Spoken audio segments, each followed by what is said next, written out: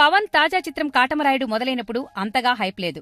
కానీ టీజర్ వచ్చాక మొత్తం సీన్ ఒక్కసారిగా మారిపోయింది. ఊహించని విధంగా అంచనాలు రెట్టింపైపోయాయి. దానికి తోడు ఆ అంచనాల్ని మరింత పెంచేస్తూ కాటమరాయుడు టీం పబ్లిసిటీ ఓ రేంజ్లో కుమ్మేస్తోంది. సోషల్ మీడియాలో దాదాపు ప్రతిరోజు సినిమాకు సంబంధించి ఏదో ఒక అప్డేట్ ఇస్తూ సినిమా మీద హైప్ పెంచుతోంది. అక్కడితో ఆగకుండా 2 తెలుగు రాష్ట్రాల్లోని ప్రధాన నగరాల్లో హోర్డింగ్లు, బస్సుల మీద పోస్టర్లు, ఇలా హంగామా పెద్ద స్థాయిలోనే ఉంది.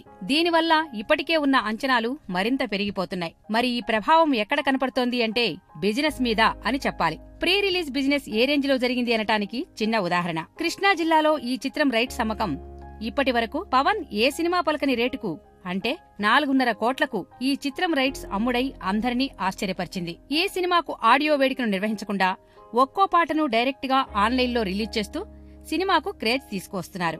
ఇప్పటికే రిలీజ్ అయిన టైటిల్ సాంగ్ కు మంచి రెస్పాన్స్ రావడంతో రెండో పాటపై భారీ అంచనాలే ఏర్పడ్డాయి. ఈ నేపథ్యంలో ఈ చిత్రం శాటిలైట్ డీల్ క్లోజ్ చేసినట్లు సమాచారం. Telugu TV channel Gemini TV వారు కాటమరాయుడు శాటిలైట్ ని కైవసం చేసుకున్నారు.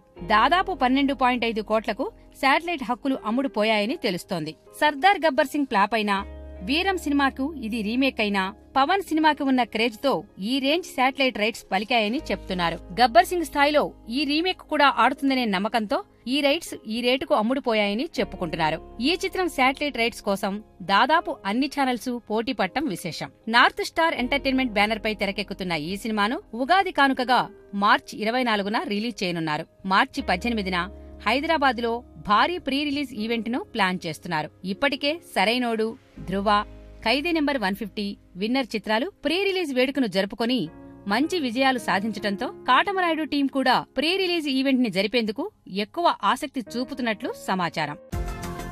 ఈ వీడియో గనుక మీకు నచ్చినట్టయితే లైక్ చేయండి, షేర్ చేయండి, సబ్స్క్రైబ్ చేసుకోండి.